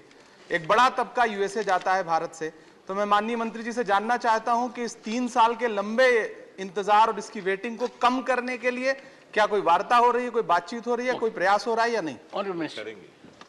Even though, through you, I would like to submit that even though this supplementary is not part of the topic that has been raised as the main question, I would like to inform that the granting of visa is a sovereign right of a particular country, of that country. But in spite of that, I would like to inform that the government under Prime Minister Narendra Modi has been taking up the issue of granting of visa. Is the process of visa granting bilaterally with every country, especially with USA. Honorable members, it is music to my ears when honorable members ask questions through me and respond through me. Honorable Minister has done it, exemplifying this wholesome situation. Question number 20, Professor Manoj Kumar Jha. Honorable Minister. उत्तर सभा पटल पर रखा गया। Supplementary one. Thank you, Honorable Chairman, sir. My first supplementary to Honorable Minister Saab. The Ministry in April 2022 informed that over 63% of ESIC doctors' positions were vacant in Bihar. I'm speaking about my state only. Whether the government has been successful in filling vacancies for doctors and nurses in Bihar's ESIC hospitals. माननीय सभापति महोदय, ESIC में अभी तुरंत ही medical और paramedical की लगभग 6000 के करीब वैकेंसियों की भर्ती की गई है और शीघ्र और वैकेंसियां भी निकाली जा रही है। जिन अस्पतालों में डॉक्टर्स की स्थायी उपलब्धता नहीं है वहाँ कॉन्ट्रैक्ट के आधार पर किया गया है। बिहार में विशेष रूप से बेहिटा में हम लोगों ने बड़ा मेडिकल कॉलेज खोला है, जिसके लिए आईपी के साथ साथ बेहिटा में जो पटना के पास है, अन्य जो लोग हैं उस आसपास के लोगों को भी हमने उसका लाभ दिया है। लगभग 1.5 लाख के करीब उसमें लोगों की ओपीडी की अभी सुविधा दी गई है। ये इस बात को दर्शाता है कि हमारे पास पर्याप्त रूप में चिकित्सक उपलब्ध है। सप्लीमेंट्री 2। माननीय सभापति महोदय, उत्तर से तो संतुष्ट नहीं हूं, लेकिन भाव से संतुष्ट होना पड़ेगा। दूसरा प्रश्न है माननीय सभापति महोदय, चूंकि हमारे साथी नीरज जी ने कहा हिंदी में बोलिए, तो इंटरनेशनल लेबर रिपोर्ट है सर, वो भी इसी वर्ष की है, जिसमें यह कहा जाता है कि 50% से ज्यादा जिन्होंने ईएसआई की सुविधाएं ली है हेल्थ केयर फैसिलिटीज की, वो संतुष्ट नहीं है आपकी सेवाओं से। आपसे मेरा मतलब ईएसआईसी की सेवाओं से। क्या सरकार ने इसके लिए कोई फीडबैक मैकेनिज्म इवॉल्व किया है, या कारण तलाशे हैं, या कोई एक प्राइमरी सर्वे किया है, जिससे कि आगे ये प्रतिशत 50 से कम 5 पर पहुंचे? धन्यवाद माननीय सभापति महोदय। Honourable minister. माननीय सभापति महोदय, मेरे को जानकारी नहीं है कि हमारे माननीय सदस्य किस रिपोर्ट का हवाला दे रहे हैं। ऐसी कोई अधिकृत रिपोर्ट माननीय सभापति महोदय, अभी भी मेरा संशय बरकरार है, क्योंकि इस प्रकार का कोई इंटरनेशनल सर्वे ईएसआईसी का हुआ हो मंत्रालय के ध्यान में नहीं है। The honorable minister will invite the honorable member for a cup of tea and deal with the issue. लेकिन मैं ये बताना चाहता हूँ, अभी पिछले ही दिनों अंतर्राष्ट्रीय स्तर पर सोशल सिक्योरिटी का मार्केश में, जो मोरक्को में एक जगह है, वहाँ पर बड़ा सम्मेलन हुआ था और भारत की ईएसआईसी योजना को दुनिया की सबसे अच्छी योजनाओं में से गिना गया। उसका कारण यह है कि हमारे 3 करोड़ 10 लाख हमारे आईपीज हैं, 12 करोड़ से ज़्यादा हमारे लाभार्थी हैं। देश के 160 अस्पतालों में और 1502 डिस्पेंसरियों में और 18 मेडिकल कॉलेज में इनका इलाज होता है। लेकिन इस योजना की सबसे बड़ी विशेषता है कि ये श्रमिकों के योगदान से चलती है, लेकिन जो दुनिया में इसकी जो चर्चा है वो इस बात के लिए है कि ये एकमात्र ऐसी स्वास्थ्य योजना है जिसमें अपर लिमिट कुछ नहीं है। एक श्रमिक जो न्यूनतम अपना अंशदान करता है, इलाज पे उसकी अधिकतम जो कुछ भी खर्चा होता है उस पर कोई सीमा नहीं है।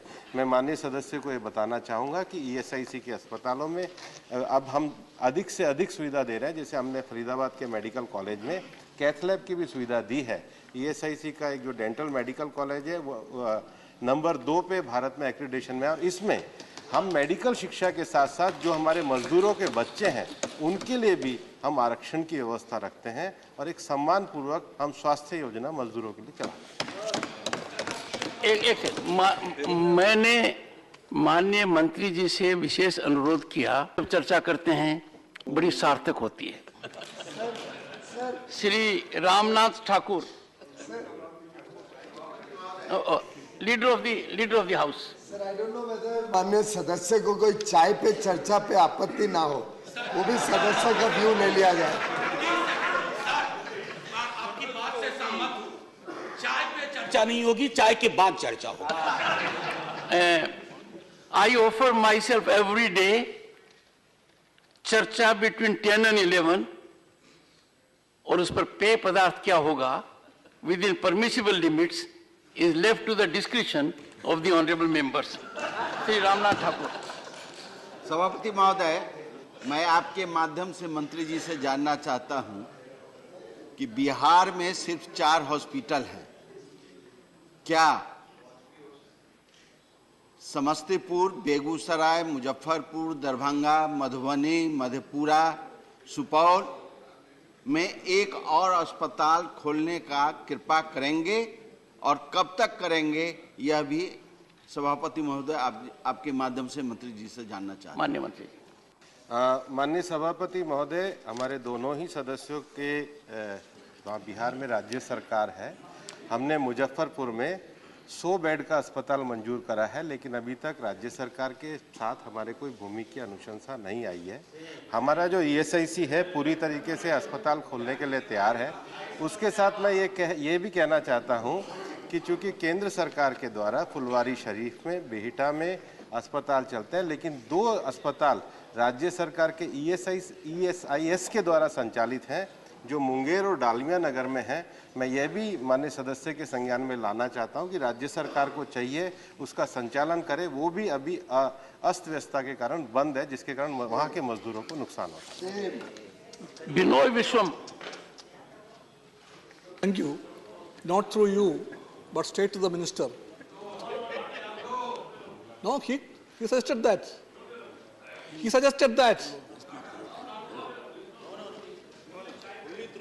The Honorable Chairman, I thought that you suggested that not through you, we can have straight to the minister.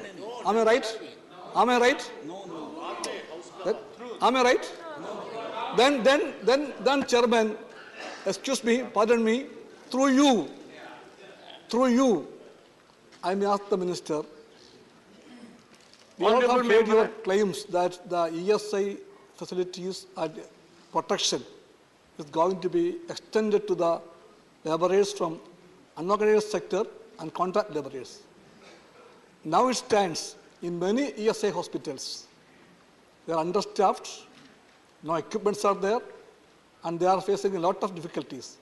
Have the government made any estimation how big can be the number, and is the government equipped to entertain or cater the needs of tens of thousands of workers that may come into that category? Thank you, sir. Shri honourable minister. माननीय सभापति महोदय, माननीय सदस्य ने बहुत अच्छा प्रश्न उठाया है कि ईएसआईसी की सुविधा का विस्तार अनऑर्गेनाइज सेक्टर में भी होना चाहिए, और हम भी ये मानते हैं कि अनऑर्गेनाइज सेक्टर में अगर ये तुरंत विस्तार होगा तो 15 से 20% तक हमारे लाभार्थियों की संख्या और उनकी संख्या बढ़ेगी। मैं माननीय सदस्य के संज्ञान में लाना चाहूँगा कि भारत सरकार जो नया सोशल सिक्योरिटी कोड लाई है, जिसको लाना लंबित है और हम इनकी ट्रेड यूनियन से बात कर रहे हैं, उसमें विशेष रूप से ये स्कीम बनाई गई है कि सरकार अनऑर्गेनाइज सेक्टर तक इसको विस्तृत करना चाहती है। मैं चाहता हूं सब यूनियन जो साथ आ रही हैं, सोशल सिक्योरिटी कोड जैसे ही लागू होगा, ये अनऑर्गेनाइज सेक्टर का लागू अपने आप ही कोड की स्कीम के अंतर्गत होगा। श्री GVL नरसिम्हा राव।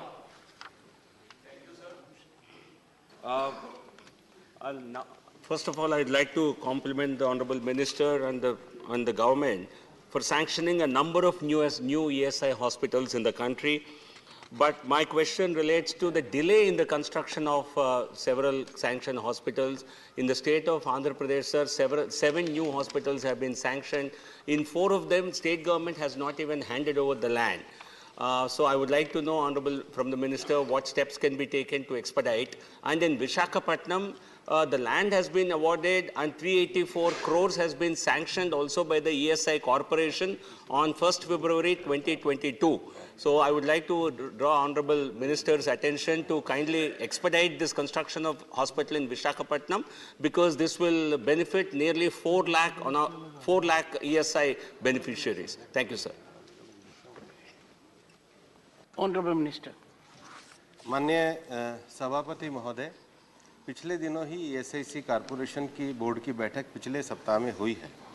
अभी तक हमारा जो कंस्ट्रक्शन था वो ज़्यादा CPWD के माध्यम से था। अब हमने सरकार के जो अन्य इस प्रकार के संस्थान हैं, सरकारी संस्थान जो इस कंस्ट्रक्शन में शामिल रहते हैं, उनको इसके लिए ओपन किया है। दूसरा, हमने जो हमारे 76 अस्पताल अभी निर्माणाधीन अवस्था में चल रहे हैं, उसके लिए एक डैशबोर्ड बना करके एक समय सीमा का भी हमने निर्धारण हमारे हेडक्वार्टर के द्वारा किया है। तीसरा जो विषय है वो हमारी ज़्यादा दिक्कत आती है लोकल अथॉरिटीज़ में जो विभिन्न तरह की सैंक्शन है, उसके लिए भी हमने एक सुचारू व्यवस्था का निर्माण किया है। और चौथा, हमने अब एक प्रस्ताव अपने कॉरपोरेशन में पास किया है कि एक समान स्ट्रक्चर को हम एक निश्चित तरीके से लगा के, ताकि जो कंस्ट्रक्शन की अवधि 4 से 5 साल है उसको हम कैसे घटा करके 2 साल में करें, इसके लिए हमने कुछ निर्णय लिए हैं, जिसको मैं माननीय सदस्य के भी संज्ञान में तुरंत भेज दूंगा। Question number 21, Shri Ghanshyam Tiwari. प्रश्न संख्या 21। Honourable minister. उत्तर सभा पटल पर रखा है माननीय। सप्लीमेंट्री 1। माननीय सभापति महोदय, मेरे प्रश्न के 2 भाग थे। मैं माननीय मंत्री जी को धन्यवाद दूंगा कि एक भाग का उन्होंने उत्तर दिया है, लेकिन दूसरा जो भाग था उसके बारे में उन्होंने नहीं कहा। मेरा प्रश्न था कि सनातन संस्कृति की रक्षा के लिए उन्होंने जो ऐतिहासिक स्मारक हैं उनका वर्णन दिया है। मेरा सनातन संस्कृति के स्मारकों से मतलब है जिस प्रकार से अभी महाकाल के मंदिर का इतना बड़ा काम हुआ, प्रधानमंत्री जी त्रिपुंड लगाकर वहां पर गए, जिस प्रकार से काशी विश्वनाथ का हुआ, जिस प्रकार से केदारनाथ का हुआ, जिस प्रकार से बैद्यनाथ धाम का हुआ, उसी प्रकार से प्रधानमंत्री जी ने घोषणा की थी कि 12 ज्योतिर्लिंग उनका और अन्य सारी चीजों का उनके उत्थान के लिए भारत सरकार की कोई योजना है, तो उस योजना के बारे में मेरा प्रश्न था और मैं माननीय मंत्री महोदय से चाहूंगा कि उस प्रश्न का वो जवाब दें। Honourable minister. माननीय अध्यक्ष महोदय जी, इसका उत्तर तो इनके प्रश्न में ही आ गया है कि वो स्वदेश योजना और कई योजनाएं हैं जिसके माध्यम से ये कार्यक्रम चल रहा है और उसमें राज्य सरकारों की जिस प्रकार की मांग होती है और वहाँ पर आने वाले यात्रियों का भाव रहता है, तो वो हम कर ही रहे हैं। तो सप्लीमेंट्री 2। सभापति महोदय, मैं माननीय मंत्री महोदय से जानना चाहता था कि जब से भारत पर 742 ईस्वी से लेकर आक्रांताओं ने हमले किए, उन हमलों में हमारी जो सनातन संस्कृति के तत्वों को नष्ट किया गया, उनके पुनरुत्थान के लिए जो सांस्कृतिक पुनरुत्थान का कार्यक्रम प्रधानमंत्री जी ने प्रारंभ किया है, उसमें हमारा क्या योगदान है, वो हम क्या करना चाहते हैं, वो पूछता था। सांस्कृतिक, माननीय अध्यक्ष जी, जो सांस्कृतिक पुनरुत्थान की व्यवस्था की बात मेंबर साहब ने की है, तो उसके उत्तर में मैं यही कहूंगी कि वो पुनरुत्थान का ही काम चल ही रहा है और वो सबकी निगाह में है। श्री जयंत चौधरी। धन्यवाद आदरणीय सभापति महोदय जी। मैं मंत्री जी से जानना चाहूँगा, आपने एक सूची प्रदान की है जिसमें ASI के जो प्रोटेक्टेड मॉन्यूमेंट्स हैं जिन्हें आप संरक्षण दे रहे हैं और जिनको आपने नोटिफाई किया है, तो उस सूची में आप देखेंगे कि सादिकपुर नाम से जो बागपत जिले के का एक स्थल है उसका जिक्र है। ये एक्चुअली सिनौली नाम से प्रसिद्ध है और बहुत ही राष्ट्रीय महत्व का स्थल है। 4000 साल पुराना इसका अनुमान है और कई अवशेष वहाँ मिले गए हैं जो और जांच का एक विषय बनेगा। विशेषज्ञ कहते हैं कि इंडस वैली सिविलाइजेशन से भी अलग और भिन्न है। उसमें महिला योद्धाओं के अवशेष हैं, रथ है, तांबे की बनी तलवार है। मैं ये आपके संज्ञान में लाना चाहूँगा कि अभी वहाँ जो 350 बीघे पे खुदाई होनी थी उसकी गति धीमी है और वहाँ के लोगों को ये जानकारी नहीं कि उनको मुआवजा कब मिलेगा, किस दर से मिलेगा। और वहाँ जो संग्रहालय का निर्माण होना था, मैं पूछना चाहता हूँ कि जो संग्रहालय का एक निर्माण है और इस साइट को प्रॉपरली कंप्लीटली जो इन्वेस्टिगेट करने की बात है, कब तक उसका पूरा हो पाएगा? Honourable minister. आदरणीय अध्यक्ष जी, मेरे को इसकी स्पेसिफिक जानकारी अभी मेरे हाथ में नहीं है, लेकिन सिन्हौली से निकला हुआ जो भी सामान है वो ग्रेटर नोएडा के हमारा जो national museum, national institute of heritage बन रहा है, वहाँ पर रखा गया है और उसके ऊपर काम जारी है। उसकी एग्जैक्ट स्थिति क्या है वो जानकारी मेरे पास स्पेसिफिक नहीं है, मैं आपको ज़रूर उपलब्ध करा दूंगी। और ये हमारी नई फाइंड्स में से है, जो 5 नई जगहें मिली हैं उसमें से एक ये वाला स्थान है जो अभी कुछ समय पहले उसके ऊपर पढ़ाई और रिसर्च शुरू हुई है, documentation. Shri Vijay Sai Reddy ji. Sir, I would like to know from the Honorable Minister in respect of showcasing the ancient culture. Number 2, conservation of the ancient culture. Number 3, safeguarding the artifacts and the getting back the artifacts that have been stolen out of India. And what steps the government of India is taking in this regard, and whether G20 presidency to highlight the ancient cultures and then use that platform to get all these 4 issues addressed. Thank you. Honorable Minister. Very much, Chairman, sir. My colleague and friend has been very polite, so I have not really heard him completely. But if I can catch on the last few words, which I caught on, was about G20 platform being used for propagating India's culture. That is very much the purview of the government of India, and we have constantly been engaging with all G20 countries, and you'll be happy to know that recently, just 2 days ago, we had a program in Udaipur, and at any place that we are taking these delegates, we are mixing, we are showcasing that science and technology part along with the digital revolution which this country has undertaken, and the ancient heritage of this country is part of every such program. And I'm grateful to him for highlighting this. So far as bringing back the antiquities of our country from other countries is concerned, so again I refer back to the UNESCO Convention, in which between the 2 signatory countries, the countries have to protect the heritage of the other country, and on request they have to provide. Many countries we are working with.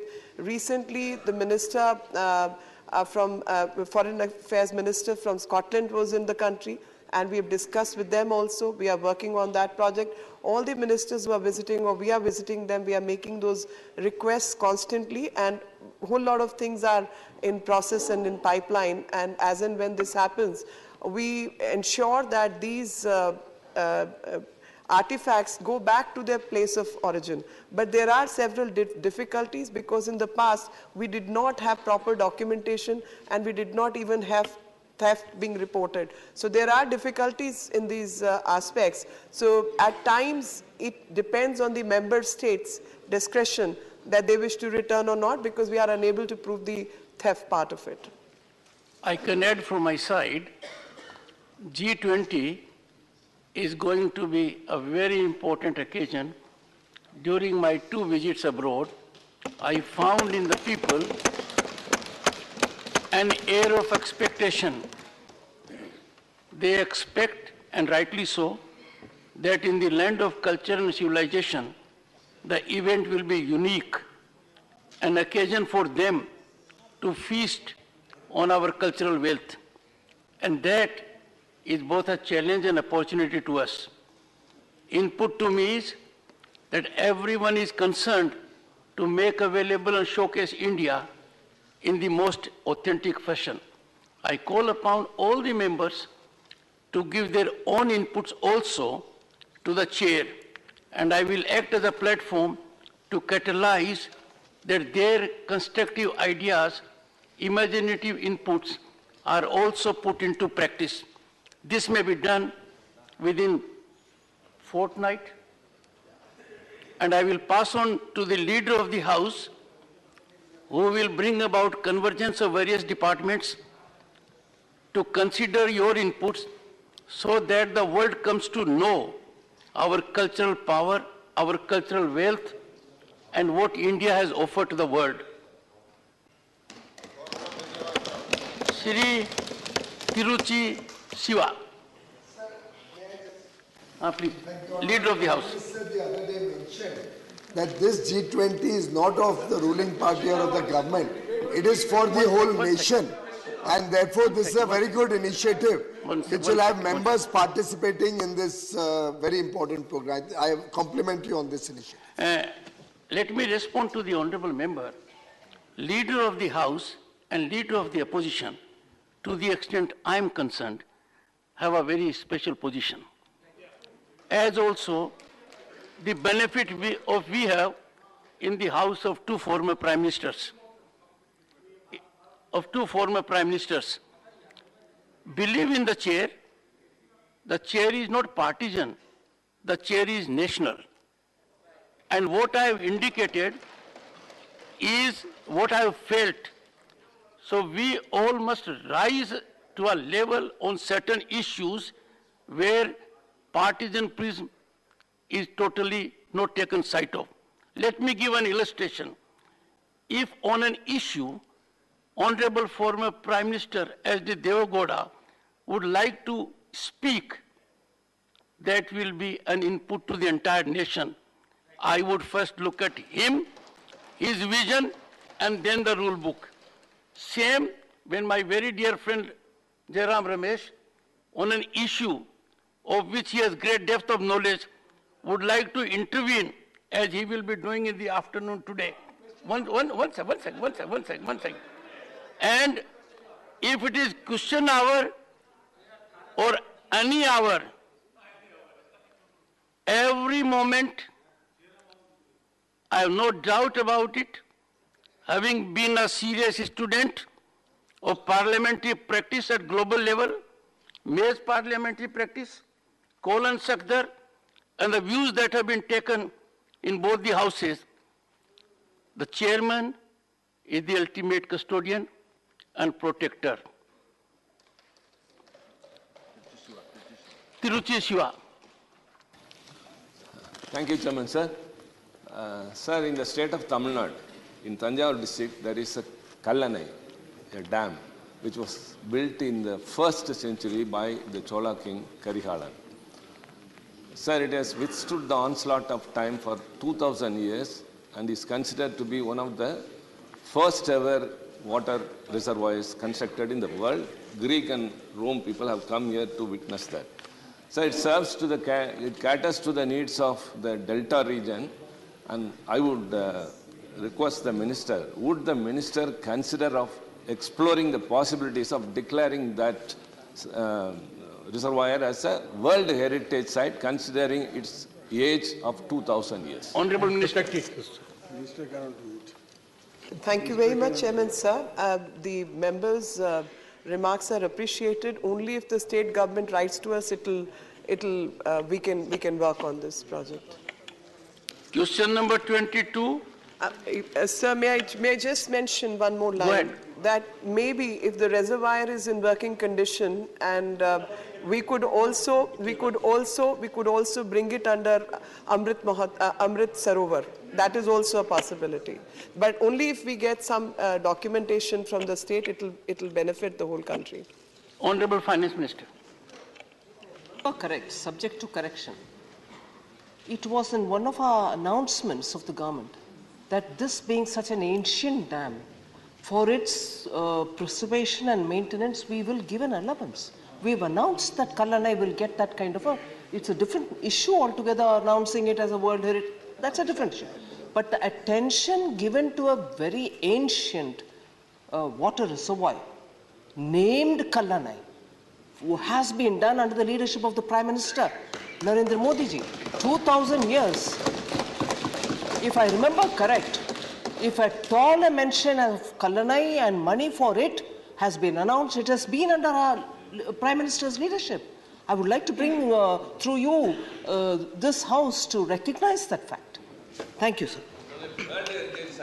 Question number 22, Shri Dhananjay Bhimrao Mahadik. Honorable Minister. सदन पर रख दिया गया है. Supplementary one. Thank you, Honorable Chairman, sir. The 4 pilgrimage sites on the Char Dham Yatra are located in the Uttarakhand at high altitudes in the Himalayan region, sir. The circuit consists of Yamunotri and Gangotri in Uttarakashi district, Kedarnath in Rudraprayag and Badrinath in Chamoli. Yatris faces low oxygen level, low air pressure, increased ultraviolet radiation, exposure and low temperature during the yatra. There is an urgent need to increase the health infrastructure near these shrines so that all kind of medical facilities may be provided to the yatris. I would like to know through you, sir, whether the ministry will approach health ministry to create health infrastructure near these shrines so that not only yatris but also local people can get medical care and treatment, sir. Thank you. Honorable Minister. मान्यवर, जब भी चारधाम यात्रा प्रारंभ होती है तो सारी agency से हमारी बातें होती हैं. एडमिनिस्ट्रेशन पूरी तरह से इन्वॉल्व रहता है. जगह जगह पर हमारे मेडिकल कैंप लगते हैं. हम हर स्पेशलिस्ट को वहाँ पर भेजते हैं और इसलिए कहीं पर भी कोई ऐसी दुविधा नहीं है कि कहीं पर कोई हमारी व्यवस्था नहीं होती है. व्यवस्था हमेशा चुस्त और दुरुस्त रहती है. Supplementary two. Sir, there are 4 ways of reaching Yamunotri and Kedarnath. The young and hardy can climb the hill. Who can afford it, take a palki or doli. The third form of traveling is on Kandi. The yatris sit on the basket and the man climbs the hill with it on his back. Needless to say, it is a cruel, sir. The fourth way of traveling is by mule, donkey or pony. The condition of animals is also not good. Around 600 animals died this year, sir. Injuries and lack of facilities for hot water to drink for animals is less. Most yatris are senior citizens who face a lot of problems during yatra. Whether government has any plans to start ropeway at the Kedarnath and Yamunotri dams? If so, the details thereof and how much time it will take in its operation, sir. Honorable Minister. मान्यवर, मैं आपके माध्यम से पूरे सदन को बताना चाहता हूं कि जो व्यवस्था वहां आज तक बनी हुई थी, 2013 में एक बहुत बड़ी आपदा आई थी. उसके बाद से जरूर रास्ते वगैरह काफ़ी बर्बाद हुए, लेकिन हमारी सरकार ने, केंद्र सरकार ने, माननीय प्रधानमंत्री जी स्वयं उसकी मॉनिटरिंग करते हैं. जिन्होंने 2013 से पहले 4 धाम देखे होंगे, अगर आज वहां देखने जाएंगे तो पूरा कायाकल्प हो गया है. सारी व्यवस्थाएं, मैंने पहले भी कहा है कि चुस्त और दुरुस्त हैं. हर चीज की व्यवस्था वहां की जा रही है. अब तो माननीय प्रधानमंत्री जी ने केदारनाथ जी के लिए और हेमकुंड साहिब के लिए अभी आपने देखा रोप वे की श्री गणेश कर दी है और वो कार्य भी वहां पर प्रारंभ हो गया. श्री अशोक वाजपेयी. माननीय सभापति जी, आपकी अनुज्ञा से माननीय मंत्री जी से जानना चाहता हूं कि 4 धाम यात्रा के लिए ऑल वेदर रोड बनाने का सरकार का फैसला था. Honourable minister. माननीय मंत्री जी, उसकी प्रगति क्या है?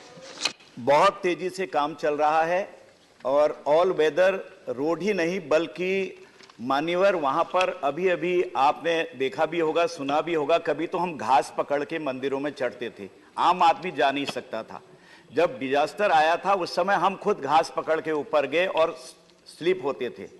तो आज वहां पर ऑल वेदर रोड बहुत अच्छे तरीके से काम कर रही है और कुछ दिनों में हम रेल से ऋषिकेश से चार धाम की यात्रा करेंगे। काफी टनल में आगे काम बढ़ गया है माननीय। The House stands adjourned till 2 p.m.